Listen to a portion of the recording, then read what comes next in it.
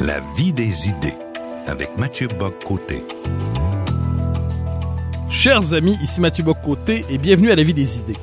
Alors, au moment de programmer le thème de cette émission, il y a environ un mois, le thème étant racisme et discrimination au Québec, je n'avais en fait évidemment aucune idée des terribles événements qui ont frappé le Québec et Québec hier soir avec un acte terroriste contre la communauté musulmane, un acte bouleversant qui nous rappelle que même dans les sociétés les plus pacifiées, les plus civilisées, les plus articulées, il y a toujours dans les marges des éléments haineux qui sont manifestement prêts à passer aux actes et qui entretiennent des fantasmes de guerre civile et manifestement dans ces moments de guerre raciale ou de guerre religieuse. Alors, nous aborderons évidemment cette question aujourd'hui puisque les circonstances nous l'imposent. Nous tâcherons, cela dit, de ne pas nous y enfermé parce que le thème de base à l'origine de l'émission c'était tout le débat qui entoure la question du racisme systémique au Québec, la commission qu'on devrait créer ou non autour de ces questions. Donc nous allons évidemment embrasser plus large, mais il serait de notre part irresponsable de ne pas commencer avec une réflexion de quelques minutes sur l'attentat terroriste d'hier. Alors, pour en parler aujourd'hui, par ailleurs, je reçois Judith Lucier, chroniqueuse au journal Métro et militante féministe. Bonjour. Bonjour. Et Sébastien Bilodeau, qui est travailleur social et collaborateur à la revue L'Action nationale. Bonjour. Bon matin, merci pour l'invitation. En passant, je suis pas travailleur social, je suis candidat à la maîtrise. Mais pardonnez mon imprécision et je vous remercie pour votre correction. Alors, je commence avec vous, Judith Lucier. Au-delà de l'horreur que nous ressentons tous, de l'effroi, que vous inspire comme réflexion l'attentat dont nous avons été témoins hier à Québec? Ben, c'est sûr que il est très tôt pour en tirer des analyses approfondies, mais il y a certainement, c'est quand même un événement qui s'inscrit pas dans rien, à mon avis. C'est une évidence pour moi qu'il y a un mouvement de fond haineux qui se soulève depuis plusieurs années par des paroles, par des gestes. Bon, on a parlé d'événements isolés par le passé pour décrire, par exemple, des actes de vandalisme qui avaient été commis contre cette mosquée-là, des actes aussi des actes haineux comme, par exemple, laisser une tête de porc avec des menaces devant la porte de la mosquée. Donc, on peut pas parler vous avez parlé de individus en marge. Oui, effectivement, ces individus-là sont en marge. C'est les individus qui vont plus loin, mais ils s'inscrivent quand même dans une mouvance qu'on pouvait sentir déjà. Donc, pour vous, si ces événements sont horribles, ils ne sont pas absolument surprenants? Non, pour moi, c'est pas... Ben, c'est sûr que c'est surprenant parce que, bon, un acte terroriste contre une mosquée en Amérique du Nord, c'est et ajoutons, pardonnez-moi, mais au Québec, et à Québec, et à Sainte-Foy en particulier, c'est... Ça frappe l'imaginaire, je suis pas complètement... blasé devant ces événements. Je veux dire, je suis quand même étonnée, mais est-ce qu'il faut s'en surprendre? Je suis pas certaine. Sébastien Bilodeau, pour vous, parce qu'on s'entendra, je crois, pour dire qu'il s'agit non pas d'un événement, d'un pur fou, là, ce vocabulaire psychiatrique a manifestement ses limites. On est manifestement devant un acte raciste, devant un acte haineux, devant un acte politique. Mais s'agit-il pour vous d'un acte qui était annoncé par un contexte ou s'agit-il appelons ça, d'une frappe de la part d'un mouvement d'une mouvance groupusculaire qui parvient par ailleurs à semer la mort parmi nous? Ben, écoutez, moi, je pense avec l'élection inattendue de Donald Trump, j'ai l'impression qu'on avance face à un brouillard opaque, on ne voit pas ce que nous cache l'avenir immédiat. Et c'est inquiétant, mais il y avait peut-être déjà des signes que ça allait finir par arriver, que effectivement, oui, il existe des groupuscules haineux, de tendance racialiste et autres, islamophobiques, puis que peut-être que oui, ça s'en venait. Mais je pense qu'il faut aussi éviter la tentation de l'amalgame, tout comme on doit l'éviter quand c'est un geste haineux, violent, meurtrier posé par une personne de confession musulmane. Je pense aussi qu'il faut faire attention à faire des amalgames de mais on n'en fait pas des amalgames. Non, on n'est pas en train de dire que tous les Blancs sont comme ça, puis que tous les Blancs devraient dénoncer ces gestes-là, se dissocier de ces gestes-là. Je suis tout à fait d'accord. Je suis pas en train de dire que l'amalgame a été fait. Je mets une mise en garde face à l'avenir. J'y vais de la mienne. disant que je pense qu'il faut aussi éviter la tentation de généraliser, de donner, de faire attention aux liens qu'on va tracer entre le geste crapuleux meurtrier qui a été posé hier soir et beaucoup d'autres mouvements politiques et nationalistes et autres qu'il y a au Québec et ailleurs dans le monde. Alors, je développe encore un peu néanmoins sur cette question. Évidemment, on peut en dire bien peu de choses parce que les faits nous manquent, donc nous spéculons dans le brouillard, pour le dire, d'une image qui témoigne de notre rapport de précision aux événements. Il n'en demeure pas moins, quand on regarde ça sur le traitement par les médias sociaux, qui est aujourd'hui presque la première nouvelle lorsqu'il y a un événement, c'est de voir ce qu'en font les médias sociaux. Est-ce que vous sentez pas qu'il y a la tentation d'un côté ou de l'autre d'immédiatement appliquer une grille politique aux événements, c'est-à-dire il y a un assassin, en fait pire que ça, il y a deux assassins, c'est-à-dire c'est ce qui discrédite immédiatement la thèse psychiatrique en un sens, c'est-à-dire c'est un coup organisé. Bon, mais la tentation ensuite de dire qui est le vrai coupable, ce sont les radios de Québec, ce sont les chroniqueurs, c'est le débat sur la charte des valeurs, c'est Hérouville, j'ai même lu hier que... Donc est-ce qu'il n'y a pas une tentation quand Sébastien Bilodeau disait il y a la tentation de l'amalgame, est-ce que l'amalgame ça consiste pas à tracer une espèce de point qui va de André Drouin d'Hérouville jusqu'à l'assassin d'hier soir? Et je pense que ça serait exagéré d'y aller d'une théorie de cause à effet aussi directe. Cependant, c'est difficile de ne pas politiser cette chose-là quand ça fait des années qu'on a un discours sur les immigrants, sur les musulmans, sur puis un discours dans lequel on dit que ces gens-là ne s'intègrent pas, qui sont qui constituent une forme de menace, que avant de les intégrer, faudrait d'abord intégrer nos travailleurs. Il y a un discours qui sans être lié de manière causale aussi directe fomente quelque chose, nourrit quelque chose chez des individus qui interceptent ces pensées-là et en font bien ce qu'elles veulent et ce qu'elles peuvent avec leurs moyens parfois limités. Donc, je pense que même si dans les discours autour de la charte, il y en avait qui étaient carrément racistes, mais il y en avait qui tout en voulant être nuancés, pouvait être interprété d'une manière à fomenter ce genre de haine-là. Donc on pourrait dire que même si nous sommes ici devant un acte extrême, selon vous, entre la critique des accommodements raisonnables, la charte des valeurs... Cet acte extrême-là ne peut pas survenir sans le climat, sans le discours qui anti-musulman qui a été alimenté dans les dernières années. La possibilité, je vous relance là-dessus, qu'il s'agisse appelons ça, d'une mouvance groupusculaire et fanatisée qui décide de passer aux actes, c'est une hypothèse que vous laissez de côté dans les circonstances?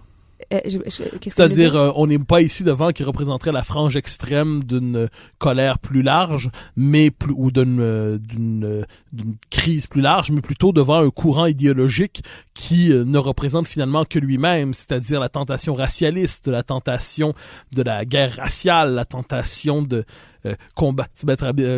imaginons l'horrible formule, combattre l'islamisme en tuant un musulman à la fois. Il y a quelque chose d'abject, d'inimaginable dans le langage politique québécois là-dedans. On se retrouve avec un groupuscule fanatisé, extrémiste, radical, utilisons tout le vocabulaire qu'il faut, de l'extrême droite très certainement, mais pour vous, d'une manière, il est connecté de près ou de loin à la culture politique québécoise des dernières années. Je veux dire, je suis pas certaine de comprendre la nuance dans la question, mais il y a dans les dernières années des politiciens qui ont tenu des discours qui nous ont qui alimentaient une crainte à l'égard des musulmans. De manière très très très concrète, là, ne serait-ce que de dire on peut cacher des bombes dans des burkinis, ce qui a été dit par Jean-François Lisée pendant sa dernière campagne à la course à la chefferie du PQ. On peut une burqa qui se transformait en flaque de pétrole dans une campagne du PQ. Il y a eu du Bloc québécois. Mes excuses, je suis désolée de l'imprécision. Mais donc, il y a eu les musulmans, par certains discours politiques, ont été constitués comme des menaces à à l'identité québécoise, à la sécurité, notamment, bon, on l'a vu cette semaine avec Trump qui ferme la porte aux immigrants de 7 pays musulmans. Et je veux dire, il y a quelque chose dans le discours qui alimente une crainte envers des individus, envers un groupe d'individus qui, dont la majorité est totalement inoffensive, là. La grande majorité. Sébastien Bilodeau, de la charte des valeurs à l'attentat terroriste d'hier soir, est-ce que nous sommes devant comme une vague où on doit distinguer clairement ces événements? Je nuancerais, j'irais plus vers la distinction pas complète, mais écoutez, ce qu'on voit au Québec depuis plusieurs années, c'est ce qu'on voit ailleurs en Occident aussi, que face à certains symboles musulmans, le voile est l'exemple classique. Il y a des réactions négatives, il y a des gens qui ont un malaise face au voile et qui demandent différentes formes de politique liées à ça. On peut dire que c'est légitime ou non. Bon, je pense ça a déjà été beaucoup débattu, mais il faut prendre acte qu'il y a cette tendance-là, ce désir-là qui s'incarne au Québec et ailleurs en Occident. Mais maintenant, je pense qu'il y a beaucoup de formes à ces revendications-là. Je pense que beaucoup de ces formes-là sont non violentes et légitimes, dans le sens qu'elles ont le droit d'être là et ils ont le droit d'être revendiquées, comme par exemple de demander qu'une employée de l'État ne porte pas un voile, parce qu'après tout, c'est un symbole religieux qui envoie quand même, qui est très visible et que des gens peuvent avoir un malaise face à ça.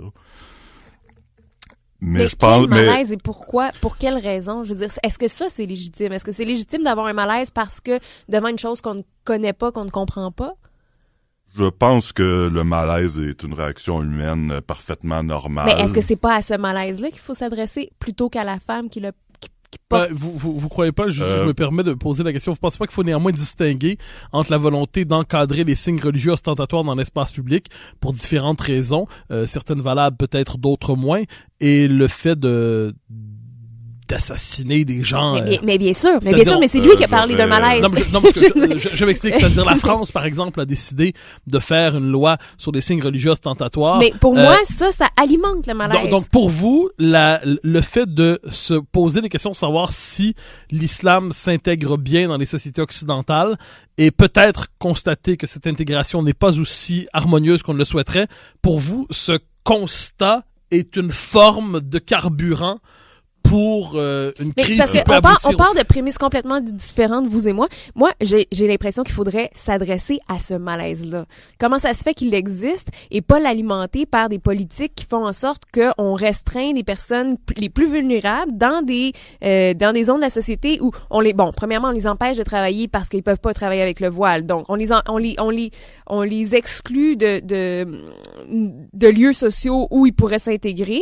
Puis après ça, on dit ils s'intègrent pas. Puis après ça, on dit que ça génère un malaise, mais on les voit pas dans les lieux publics. Vous me corrigerez, mais je ne crois pas que la loi sur les signes religieux ostentatoires a été passée. Je pense qu'elle a été vaincue. Le débat sur le voile précédait. Non, mais vous parlez de la France. En France, c'est le cas. Puis je veux dire, non, mais je m'excuse, je vais terminer, mais en France, justement, j'ai l'impression que ces interdictions-là, au lieu, puis on aurait tout à fait l'exemple de pourquoi ne pas faire ça. En fait, ces mesures-là ont créé plus de stigmatisation envers les communautés musulmanes, et cette stigmatisation-là nourrit à son tour une frustration de la part de jeunes qui voient pas d'avenir, qui voient qu'ils pourront pas travailler, qui vont être exclus à l'emploi, au logement, puis après ça, on s'étonne que ces gens-là réagissent avec la violence. Continuez, Sébastien Bilodeau.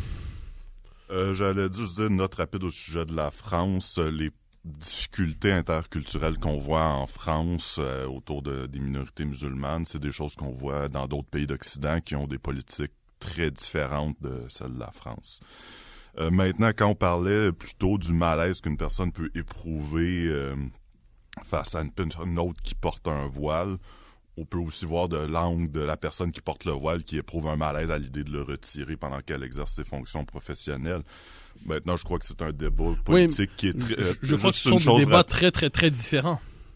Je crois que c'est un débat qui est fondamentalement tragique parce que ça peut être très difficile de trouver spontanément quelque chose qui pourrait satisfaire ces deux personnes-là. Mais on n'est pas ici pour trancher ce débat-là, à mon avis, qui est très difficile. Non, mais j'en reviendrais à croire que les personnes qui éprouvent un malaise face au voile, je crois que la plupart sont non-violentes, n'ont pas de haine envers les musulmans. Et la plupart sont horrifiés parce que c'est passé hier soir. Puis je pense qu'il faut faire attention de faire comme si toute personne qui éprouve un malaise face à l'islam... Mais il y a personne qui pense ça en ce moment-là. Il y a personne qui... Moi, j'ai pas dit ça. Sébastien Bilodeau, terminez votre phrase. Et ensuite, je donnerai la possibilité de répondre. Je dirais qu'il faut faire attention de faire comme si toutes ces personnes-là appartenaient dans le fond à une même famille meurtrière, puis que dans le fond, la personne Mais c'est vous qui faites des amalgames, parce que j'ai pas dit ça. J'ai juste dit que les discours qui identifient les musulmans comme une menace peuvent effectivement nourrir des esprits tordus qui en viennent à la violence. J'ai pas dit que les gens qui ont un malaise face au voile veulent tuer des musulmans. On exagère. C'est pas le discours que je vous attribue, Judith, mais je dis quand même que dans votre discours, c'est comme si la défense de la laïcité aurait pu alimenter les meurtriers dans une certaine mesure. Mais c'est la défense de la laïcité et les discours anti-musulmans qui l'entourent. Quand on dit les femmes en burkini peuvent cacher des bombes, je m'excuse, mais qu'est-ce que ça génère? Ça génère de la peur, ça génère de l'anxiété et de la haine.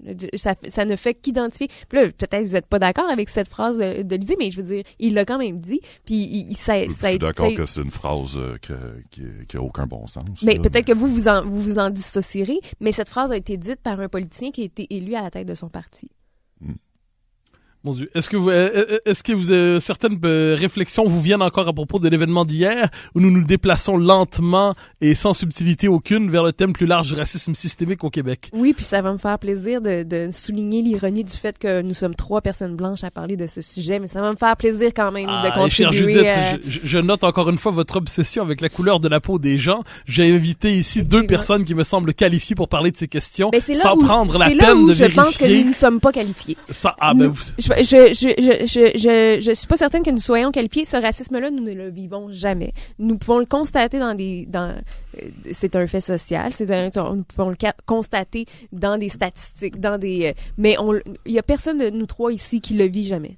Alors, vous me permettrez bien évidemment d'être en désaccord avec vous, ne serait-ce que dans le mode d'invitation des gens à l'émission. J'ai cette habitude ici d'inviter des gens pour ce qu'ils sont individuellement et non pas en tant que des représentants de catégories construites sociologiquement ou statistiquement. Si je vous ai invité, Judith, ce n'est pas parce que vous êtes blanche ou blonde ou femme ou autre chose, mais tout simplement parce que je vous croyais intéressante sur cette question. N'y voyez surtout pas une catégorisation raciale, voyez-y un compliment. Oui, mais je pense que des commentateurs comme Haroun Boisy ou Émilie Nicolas auraient été plus intéressants que moi sur le sujet. Je pense qu'ils sont plus qualifiés, mais vous avez refusé les invités. Vous me permettrez de distinguer entre les invités et ce que je trouve pertinent ou non. Alors, une fois que c'est dit, abordons cette question. Pourquoi est-ce que nous avions prévu une émission sur la question du racisme systémique et de la discrimination au Québec? Depuis quelques mois déjà, circule cette idée en forme de proposition qui voudrait que le Québec mette en place une commission sur le racisme systémique pour soit confirmer qu'il y aurait du racisme systémique et en documenter les effets dans notre société, ou, à tout le moins, vérifier s'il y a du racisme systémique dans notre société, et si oui, qu'est-ce qu'on entend par là et quels sont ses effets. Chose certaine, un mouvement social et idéologique est parvenu à imposer dans l'espace public cette question qui peut sembler contre-intuitive à plusieurs, qui heurte le commun des mortels qui ne se reconnaît pas dans une telle définition du Québec. Mais Judith Lucier, vous faites partie de celles et de ceux qui croient nécessaire qu'une telle commission soit mise en place. Alors je vous pose une question première, toute simple. Le mot racisme est un mot assez brutal. Qu'est-ce que vous appelez racisme systémique? Vous dites que, ça me fait rire, parce que vous dites que le mot racisme est brutal et que cette question heurte certains Québécois. Je m'excuse, mais le racisme est brutal et il heurte. Oui, mais on croit que c'est une fausse accusation, vous conviendrez que, parce que puisque nous sommes en démocratie, il est possible, j'imagine, d'avoir plusieurs lectures. Mais comment on peut penser que c'est une fausse accusation quand on en a des démonstrations, des preuves statistiques, je veux dire? Ben, parce que...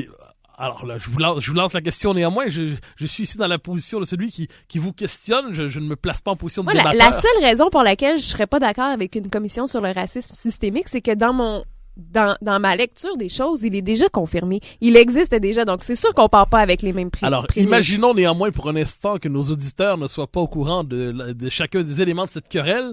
Et je vous pose la question, vous croyez qu'il y a du racisme systémique? Donc, cette question, je vous pose, qu'est-ce que le racisme systémique tel que vous l'entendez? Ben, c'est le racisme systémique comme le sexisme systémique. Je pense que les gens sont heurtés parce qu'ils confondent systémique avec systématique.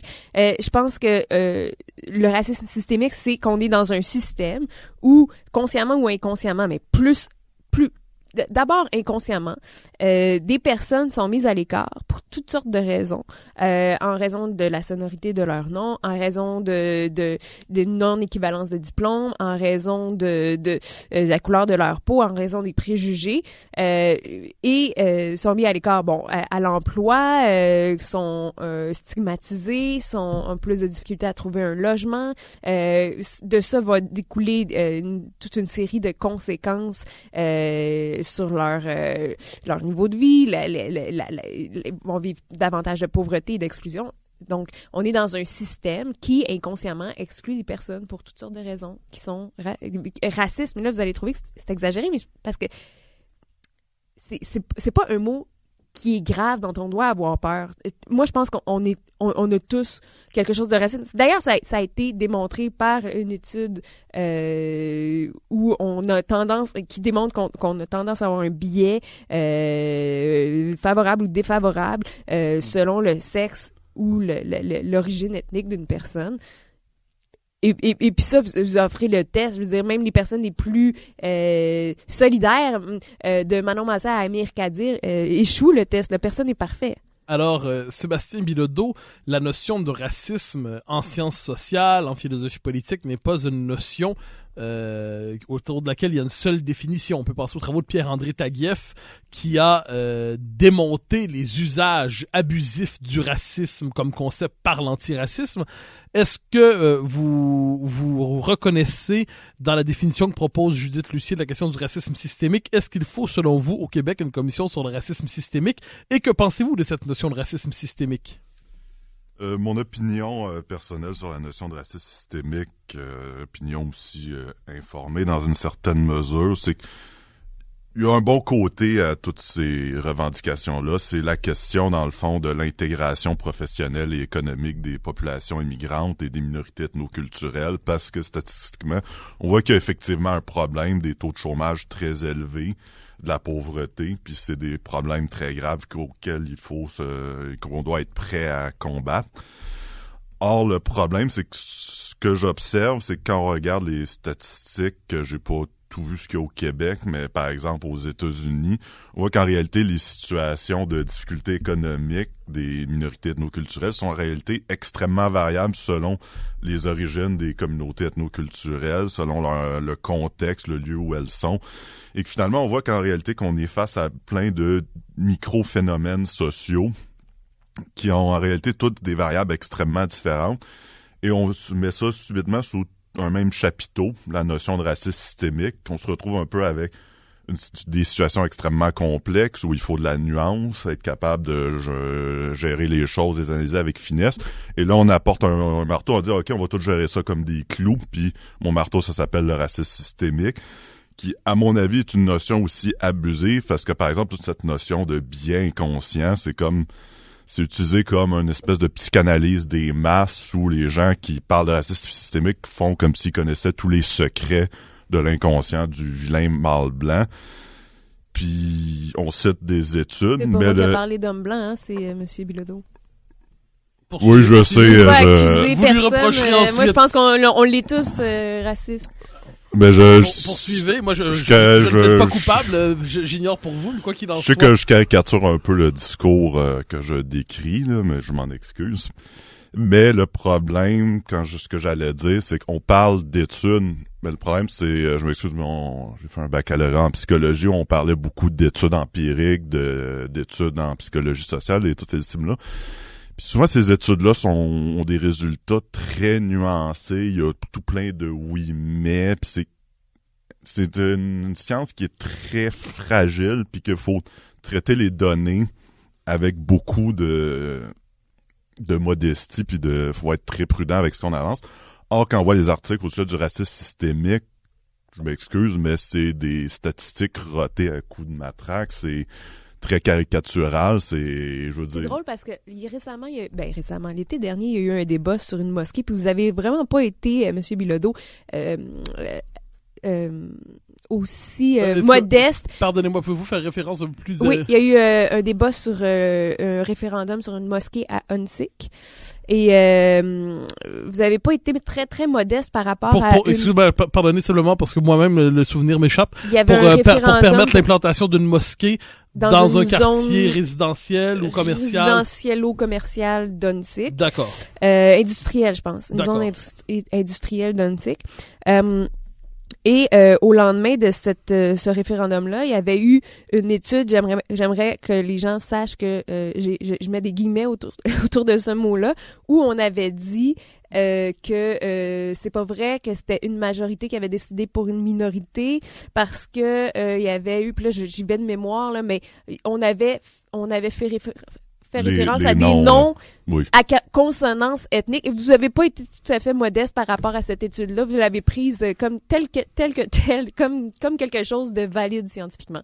J'aimerais le rappeler vous faites référence ici, probablement, vous me pardonnerez, une querelle qui échappe à la plupart d'entre nous. Je suis désolée, je pensais pas qu'on allait... Mais c'est parce que si M. Bilodeau veut s'asseoir sur la rigueur des études, j'aimerais qu'on note que cette fois-là, cette analyse-là n'était pas très rigoureuse. Je voulais juste dire que la rigueur est quelque chose de très variable et flexible, apparemment. Je répliquerais...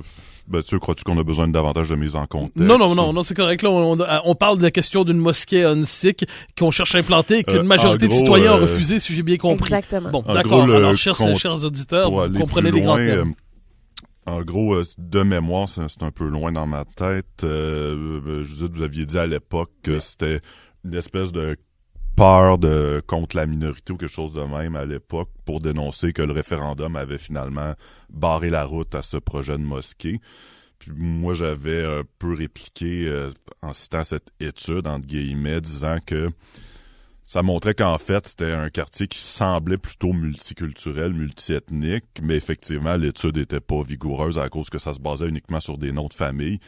Puis autant qu'on sache, quelqu'un qui porte un nom de famille qui semble pas pur laine peut très bien être ici depuis 3 ou 4, être d'une famille qui est là. Et inversement, une personne qui a un nom comme Fortin peut être métissé ou arabe. Mais juste pour dire, je peux comprendre votre souci de rigueur scientifique, puis c'est vrai que je l'ai peut-être pas été tellement dans la boutade que je vous ai lancée sur Facebook à l'époque. Vous me pardonnerez, chers amis, de vous inviter à ne pas régler vos anciennes querelles sur Facebook en ondes. Les querelles sur Facebook sont tout à fait honorables, mais j'ai besoin de les prolonger un an plus tard aux ondes de Radio VM. Je pense quand même le propos de Judith est très juste, parce que c'est vrai que si on parle de la question de l'usage adéquat des données scientifiques dans des débats sur l'ethnoculturel. Alors nous allons à la pause, et nous allons à la pause sur une boutade. Rappelons-nous Churchill qui disait « Il ne faut croire que les statistiques que l'on a soi-même truquées ». Alors nous revenons après la pause pour une discussion sérieuse sur la question du racisme et du... Radio VM, au cœur de l'essentiel.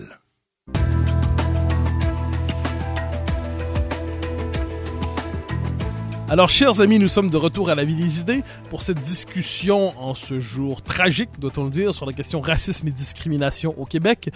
Je le rappelle, nous n'avions pas prévu, évidemment, il y a plus d'un mois, quand on a décidé du thème de cette émission, comment pouvait-on prévoir l'horrible attentat terroriste d'hier soir. Donc, nous avons en première partie de l'émission abordé un peu cette question. Là, nous revenons sur le thème à l'origine de l'émission, la proposition d'une commission sur le racisme systémique qui fait beaucoup de débat, la question des discriminations au Québec. Alors, je vous relance sur une question qui me semble assez fondamentale. Quand on entend les critiques sur la question du racisme systémique, je crois comprendre, mais vous me corrigerez, que la simple idée que les institutions collectives soient marquées culturellement par, appelons ça, une culture de convergence, une culture historique, le fait qu'un pays ne soit pas un no man's land administratif, ne soit pas un pur espace juridique anhistorique, en sortie de l'histoire, disons ça comme ça. Donc le fait que les institutions soient marquées par une culture, par une langue, une mémoire, qu'elles soient orientées, autrement dit qu'elles ne soient pas neutres de manière, sous le signe d'une forme d'un absolu libéral de la neutralité. Est-ce que je vous comprends bien en disant que pour vous, ça, c'est déjà un pas vers une logique discriminatoire à l'endroit des minorités? Je suis pas sûre de comprendre à quoi vous faites référence, mais... par exemple, le fait que la langue française soit la langue de référence ici... Non, je crois pas que ça fasse partie des éléments préoccupations de la d'une commission sur le racisme systémique. Par contre, quand un journal titre que la langue française est en voie de disparition et se fie sur des études qui s'appuient sur la langue parlée à la maison, c'est clairement, Ça, pour vous, c'est pas simplement des discussions entre démographes pour savoir quelle est la meilleure manière d'évaluer l'état du français au Québec? La langue parlée à la maison, ça sera toujours la langue maternelle. Je veux dire, le fait qu'il y ait plus de gens qui parlent français dans les organismes publics ou au travail, pour moi, est un plus grand indicateur. C'est sûr que si j'allais m'installer personnellement en Russie, j'apprendrais le russe. Il y a peu de chances que j'aille m'installer en Russie, ceci dit, parce que je suis illégale là-bas en tant que lesbienne. Mais bon, j'exagère. J'apprendrais le russe, pas tant, non, c'est ça. J'apprendrais le russe, mais on s'entend qu'avec ma conjointe, le soir à la maison, je parlerais français. Je me mettrais pas à parler le russe avec mon amoureuse. Donc, là, on dit... pas tant que ça, parce que ce que je cherche à comprendre, c'est, on dit les institutions favorisent, par exemple, une majorité qu'on avait l'habitude de dire francophone et historique, et que je crois on présente de plus en plus comme blanche et catholique. Ça, c'est un étrange glissement dans le vocabulaire. Donc, qui est cette majorité qui est avantagée en ce moment, et quelles sont les minorités désavantagées, Judith Lucier? Et je vous poserai la même question, Sébastien Bilodeau. Mais vous parlez des institutions culturelles. Est-ce que institutions culturelles, je veux pas dire la SODEC, là, je parle des institutions collectives, mais qui sont marquées par une culture commune. Non, mais parce que c'est intéressant de s'intéresser aux institutions culturelles.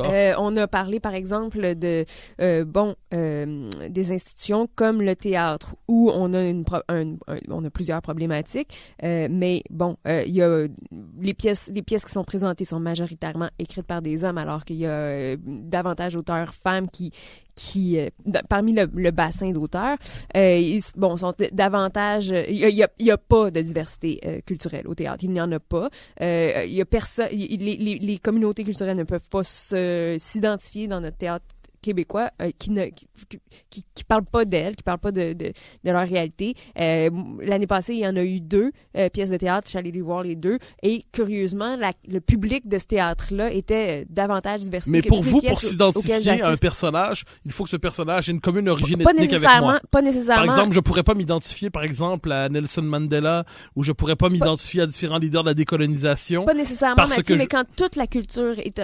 Quand il y en a aucune place pour la diversité culturelle dans le théâtre ou à la télévision. C'est tellement... les acteurs racisés sont tellement marginaux que c'est difficile même pour un jeune de se dire « Hey, moi, je pourrais être acteur plus tard si je suis... » ou c'est difficile pour un jeune des communautés culturelles puisqu'il ne se voit pas, donc il pense probablement... je veux dire, il est amené à penser que c'est pas possible pour lui. Sébastien Bilodeau, est-ce que... Les modèles, c'est important pour quiconque, là. Je veux dire, si vous n'aviez pas de modèle d'homme blanc qui réussit, peut-être que vous réussiriez moins. Je ne sais pas. Je reviendrai sur cette question de l'homme blanc qui réussit, mais Sébastien Bilodeau, est-ce qu'on peut dire, selon vous, que les institutions québécoises culturelles, économiques, au sens collectif, sont-elles, selon vous, biaisées systématiquement à l'avantage d'une hypothétique majorité blanche? Pas hypothétique, la majorité blanche. On y reviendra, je vous poserai la question directement, chère Judith. J'ai un peu de difficulté avec cette notion-là. Je suis tout à fait favorable à ce qu'on améliore l'intégration socio-économique des minorités ethnoculturelles au Québec. Mais j'ai un peu de difficulté avec la notion de système, non pas parce que je rejette l'existence de notion de pression systémique, mais plutôt parce que je suis très marqué par la pensée de Jacques Ellul et aussi de Zygmunt Bauman sur la notion de structure systémique. Dans le sens que, par exemple, Jacques Ellul parle de la notion de technique, puis il fait beaucoup référence à les organisations bureaucratiques. Et ce qui marque les organisations bureaucratiques, c'est qu'en réalité, c'est des entités souvent qui développent une vie propre et sur laquelle le citoyen n'a aucun pouvoir. Par exemple, vous parliez de théâtre. Bon, le théâtre serait surtout écrit par des hommes blancs et créerait principalement des spectacles pour personnes blanches. Mais maintenant, comment est-ce que les citoyens réussissent à avoir un pouvoir sur ce qui se crée ou ce qui se crée pas dans le théâtre? Moi, je crois en réalité que les citoyens ont très, très peu de pouvoir là-dedans, au-delà d'aller ou non encouragés par leur biais une pièce de théâtre. Ouais, mais au-delà de ce que les citoyens peuvent faire, il y a une réflexion qui a été amorcée, qui est nécessaire. Puis c'est le genre de réflexion qui pourrait faire l'objet de cette commission sur le racisme systémique. Il y a des programmateurs de théâtre à conscientiser. Il y a des programmateurs de théâtre qui sont premièrement inconscients du problème, qui en prennent connaissance en ce moment. Il y en a parmi eux qui justifient ce problème-là en disant des choses telles que il n'y a pas de bons acteurs de couleur. Il y a des gens qui justifient cette décision. J'ai lu Lorraine Pintal du TNM dire, par exemple, que oui, mais ces gens-là ne vont pas au théâtre. Donc, il y a ces choses-là qui se disent. Mais j'ai une question pour vous. J'aurais deux commentaires rapides. Un autre exemple un peu de système qui peut être oppressant tout en étant hors du pouvoir des citoyens. Un exemple beaucoup plus cruel, c'est par exemple les policiers qui s'acharneraient sur les jeunes noirs à Montréal-Nord, par exemple. C'est un phénomène qui a souvent été décrit et même documenté. Or, oui, c'est un phénomène à combattre, à élucider, mais le fait est, le citoyen moyen ne peut jamais mais je comprends pas pourquoi vous arrivez avec cette idée que le citoyen peut rien faire, mais c'est pas ça l'objet de la discussion. Pourquoi vous détournez ça vers ça? C'est que je crois pas être en train de détourner le sujet, mais c'est que souvent dans les discours portant qui défendent la notion de racisme systémique, c'est comme si souvent il s'assemble à un procès de la majorité mais je pense culturelle. Que c'est parce que vous comprenez mal peut-être que je l'ai mal expliqué parce que je suis pas une des porte-paroles de ces gens-là qui demandent une commission sur le racisme systémique. Mais je fais pas partie de cette organisation. Permettez-moi de vous poser une question qui me taraude et on voudrait dire qui m'obsède. Il y a dans cette présentation des choses, j'entends souvent une majorité blanche. Et moi, j'appelle ça la tentation racialiste de la gauche inclusive. Et je m'explique, et vous me corrigerez évidemment si mon propos ne vous convient pas, ce qui est bien possible. On présente historiquement la société québécoise, on parle de la majorité historique francophone. Donc l'histoire, ce n'est pas la race. L'histoire, c'est autre chose. C'est une production humaine dans l'histoire. On peut s'y agréger, on peut s'y intégrer. Francophone, ce qui distingue le Québec fondamentalement, c'est la langue. Quand vous parlez de majorité blanche, est-ce que vous, par exemple, vous ne mettez pas dans le même panier les francophones au Québec et les anglophones qui n'ont pas la même histoire et pas historiquement le même avantage, le même accès aux institutions, on pourrait dire à certains égards, à certains moments de l'histoire. Est-ce que quand vous parlez plus largement de majorité blanche, puis on utilise ce concept-là plus largement en Occident, est-ce que ça consiste pas à mettre dans le même panier des Danois, des Norvégiens, des Français, des Russes, des Québécois, alléluia, choisissez ce que vous voulez, comme si l'histoire et la culture ne comptaient plus et que finalement, ce qui comptait, c'était la couleur de la peau. Moi, quand j'entends cette notion-là de majorité blanche, je me dis, est-ce qu'on n'est pas en train d'abolir ce qui est spécifiquement humain en l'homme, c'est-à-dire la culture, l'histoire, le politique, et de zoologiser par la bande l'analyse des rapports sociaux? Ben peut-être. Je suis pas certaine que l'idée que le fait de parler de majorité blanche soit utile effectivement dans le cas qui nous occupe. C'est vous qui avez dit la soi-disant majorité blanche. Je veux juste préciser que c'est une formule qui revient très souvent. On est en majorité les blancs au Québec. Mais cela dit, vous avez raison que c'est pas l'outil le meilleur outil pour aborder cette question-là, parce que je pense que le racisme systémique ne touche pas une communauté. Je pense qu'il touche l'ensemble de la société. Puis vous avez parlé de réalité historique, linguistique. Bon, en comparant les anglophones aux francophones, vous avez raison. On n'a pas la même histoire, on n'a pas le même rapport non plus avec les communautés culturelles. Il y a eu des événements qui ont marqué la communauté anglophone de façon différente par rapport aux enjeux raciaux. Ils ont eu, par exemple, les émeutes à Concordia dans les années 70, je pense. Ah, c'est fascinant comment dans l'imaginaire contemporain, d'ailleurs, les émeutes de Concordia remplacent les émeutes de Saint-Léonard.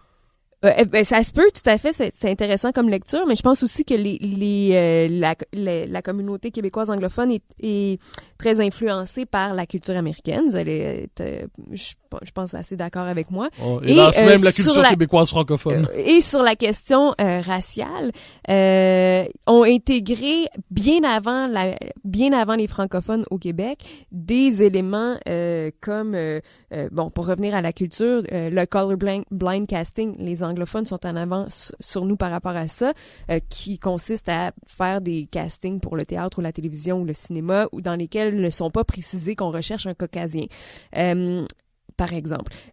Ou sur la question du blackface, ont été davantage sensibles à cette question-là avant les francophones au Québec. Je pourrais nommer d'autres exemples pour l'instant qui me viennent pas en tête, mais effectivement, on a un rapport par rapport aux questions culturelles qui sont différentes, anglophones et francophones. Sébastien Bilodeau, est-ce qu'on peut dire que la minorité anglaise est plus ouverte pour différentes raisons aux minorités ethniques que la majorité historique francophone? Je suis pas en train de dire que les anglophones sont pas racistes. Je pense qu'on l'est tous. Je comprends que vous disiez que pour différentes raisons qui s'expliquent historiquement, ils seraient plus ouverts au phénomène de la diversité tel que vous le souhaitez. Qui s'est développée davantage dans le discours avant nous. Alors, je reprends ma question à peu près dans les mêmes termes. Est-ce que tout en sachant que tous les êtres humains sont traversés par de vils sentiments, est-ce que vous partagez cette idée que la minorité anglaise au Québec soit plus ouverte à l'endroit des minorités ethniques que la majorité historique francophone? Écoutez, j'ai pas accès à des données qui pourraient me permettre de trancher pour ou contre la question. Par contre, ce que je constate, c'est qu'il y a un peu un effet pervers justement par l'influence des États-Unis dans ce débat-là. C'est que souvent, dans beaucoup de discours militants que j'ai vus de conduite chez des militants, j'ai souvent l'impression qu'on voit la récupération de notions utilisées aux États-Unis par rapport à toute la question des discriminations des minorités ethno-culturelles. Et là où je trouve que c'est problématique, c'est que c'est souvent utilisé de façon comme si le Québec était une copie carbone des États-Unis, alors que je pense qu'il y a des différences culturelles significatives entre la société québécoise et la société américaine, et je pense que ça peut brouiller nos analyses par rapport aux difficultés vécues par les minorités ethnoculturelles. Je vous relance sur cette question qui me semble fondamentale. Dans tous ces débats sur la discrimination, le racisme, les phobies, vous parlez d'américanisation. C'est une chose que j'ai observée aussi, c'est-à-dire est-ce qu'on transpose assez souvent des catégories qui ont été élaborées à partir de l'expérience américaine, qui est une expérience marquée par le péché originel de l'esclavage, par l'horreur de la ségrégation.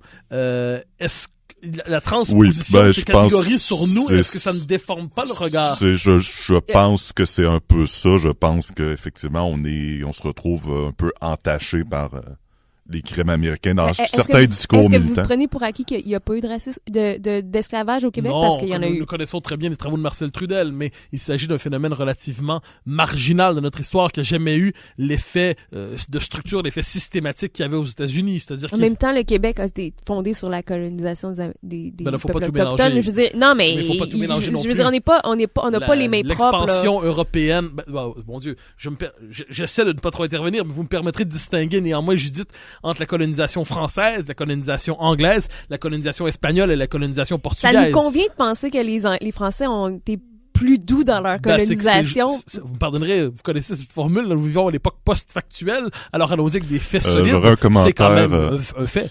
J'aurais un commentaire pour répondre à Judith. Je pense faut pas minimiser les horreurs du colonialisme, mais en même temps, je crois qu'il faut aussi éviter d'amalgamer tous les Occidentaux ensemble. Ce que je suis pas en train de faire, mais là, parce que vous entendez un discours culpabilisant, mais je veux dire, reconnaître que il y a eu des torts qui ont été faits, j'impose à personne de s'auto-flageller, là. Je pense juste qu'il faut reconnaître qu'il y a eu des torts qui ont été commis. Peu importe par qui, je veux dire, on peut pas dire que le Québec, vous croyez que notre mémoire est insuffisamment pénitentielle pour l'instant? Ben, je pense que il y a un inconfort à reconnaître qu'il y a eu un colonialisme violent qui s'est produit au Québec.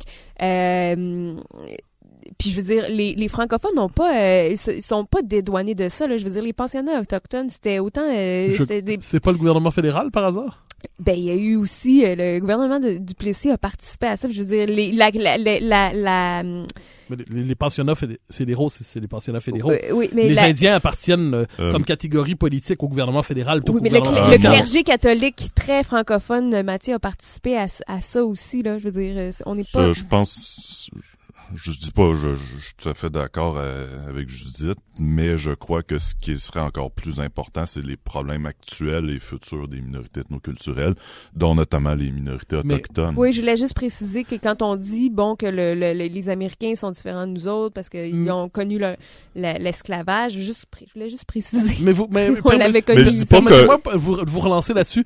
Est-ce que, je comprends votre sensibilité pour la question de la mise en valeur de la diversité, la lutte contre les inégalités, très bien, mais est-ce qu'il n'y a pas par ailleurs un phénomène, vous me pardonnerez la formule un peu bancale, mais d'américanisation conceptuelle du Québec? C'est-à-dire, est-ce que, Judith, nous en venons pas à... C'est possible, mais moi, j'ai aucun malaise avec le fait d'utiliser des concepts qui peuvent nous être utiles ici, que ce soit pour comprendre les inégalités. Je comprends, mais est-ce qu'on ne plaquerait pas quelquefois des concepts qui ne correspondent pas à notre réalité? Ben, je pense pas que c'est inutile de le faire. Je pense que si les États-Unis ont été plus sensibles par rapport à des enjeux raciaux avant nous parce que leur histoire leur a permis de le faire, je pense qu'on peut en tirer des leçons pour nous-mêmes. Je veux dire, dans les années 80, il y avait Sesame Street aux États-Unis où on avait qui faisait bon, je parle d'une émission pour enfants là, où on avait un casting très diversifié sur le plan culturel, puis on se disait quand on a créé Passe-Partout, mais nous au Québec on n'a pas besoin de faire ça parce que la population québécoise est très différente de la population américaine, mais c'est comme si on s'était dit nous on n'a pas besoin de cette réflexion là, mais c'est pas parce que la proportion d'habitants, la proportion de diversité culturelle est moins importante au Québec que c'est moins un problème auquel on doit réfléchir. Oui, mais je pense que le problème doit être analysé en soi tel qu'il est ici, puis qu'on évite. Tu sais, ça peut être correct qu'on reprenne des concepts, comme vous dites, Judith, des concepts américains, mais je pense que, je renchéris sur ce que tu as dit, faut que ce soit utile et pertinent. Et je crois que par moment, ça se peut que ça le soit pas. Mais je dirais il peut avoir un effet pervers aux catégories d'analyse américaines.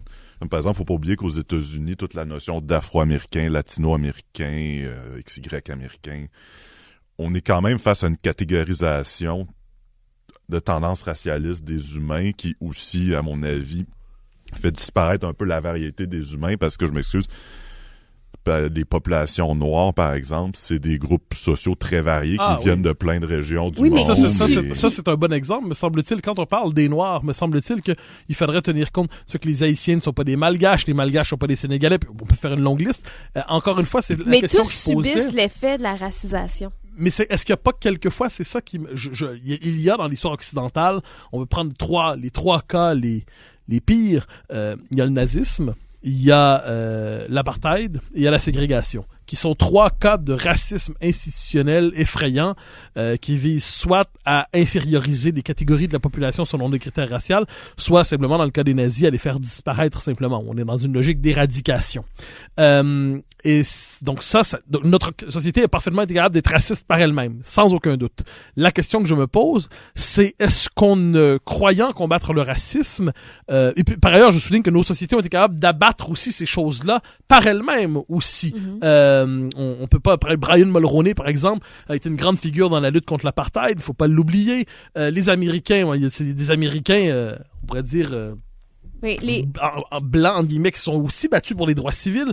Quant à l'Allemagne nazie, elle a été combattue, à ce que j'en sais, par une bonne partie des Occidentaux. Mais parler de racisme systémique, c'est pas dire qu'on est tous des mauvaises personnes. Je n'ai pas dit ça. C'est comme s'il fallait nous rassurer qu'on n'était pas si mauvais, parce que, tu sais, quand même, Brian Mulroney a travaillé contre l'apartheid. Non, je dis simplement que dans le racisme, notre société a été capable d'en générer. Oui. Mais dans la lutte contre le racisme, est-ce qu'il n'y a pas quelquefois une racialisation paradoxale et exagérée exagéré des rapports sociaux. C'est simplement la question que je posais. C'est cette réflexion-là qui a mené au terme, à l'utilisation du terme racisé, parce que justement, parmi les gens qui luttent contre le racisme, ben la plupart s'entendent pour dire que les races n'existent pas. Donc, mais si on arrête de parler de racisme, le combat, c'est la lutte qui n'existe plus à ce moment-là. Puis, dans le but de ne pas effacer cette lutte-là, le terme racisé a été utilisé pour évoquer le fait que même si les individus n'appartiennent pas réellement à une race, on appartient tous à la race humaine, il n'en demeure pas moins que les individus qui ne correspondent pas à la majorité blanche historiquement chrétienne et majorité blanche historiquement chrétienne. Vous venez d'inventer un concept complètement relativement étranger à l'histoire québécoise. Avec plaisir. J'essaie de voir qui peut y rentrer dedans. Majorité blanche. Historiquement chrétienne. Et ce que vous faites disparaître là-dedans, c'est la langue. Oui, mais on s'en fout. Ce que je veux dire, c'est que... C'est quand même le trait premier pour définir les rapports sociaux au Québec. Ça où je voulais en venir, c'est que peu importe comment on les nomme, il y a des personnes qui n'appartenant pas à ce groupe-là subissent des conséquences des préjugés, de l'exclusion, et c'est pour cette raison-là qu'on emploie le terme racisé. Mais alors, j'aurais un commentaire. Allez-y, ensuite je vous relancerai sur la question toute simple, que faire, comme on dit, comme disait Lénine. Se fouetter longuement. Oui, je crois que vous voulez fouetter généralement, je n'en doute pas, mais... Je blague. Bien sûr, je blaguais aussi. Bilodeau? J'ai un peu de difficulté, c'est la notion de personne racisée dans la manière que je la vois être souvent utilisée en ce moment dans les milieux militants, elle me semble être une notion qui devient facilement divisive. Il y a des personnes racisées, il y a des personnes non racisées, il y a des personnes qui oppriment, puis il y a des personnes opprimées, puis tout ça semble jugé spontanément juste par la couleur de la peau, ce qui à mon avis me semble être un abrutissement de l'analyse complet, parce que les réalités vécues par des personnes sont extrêmement variées à l'intérieur d'une couleur de peau ou à l'intérieur d'un sexe.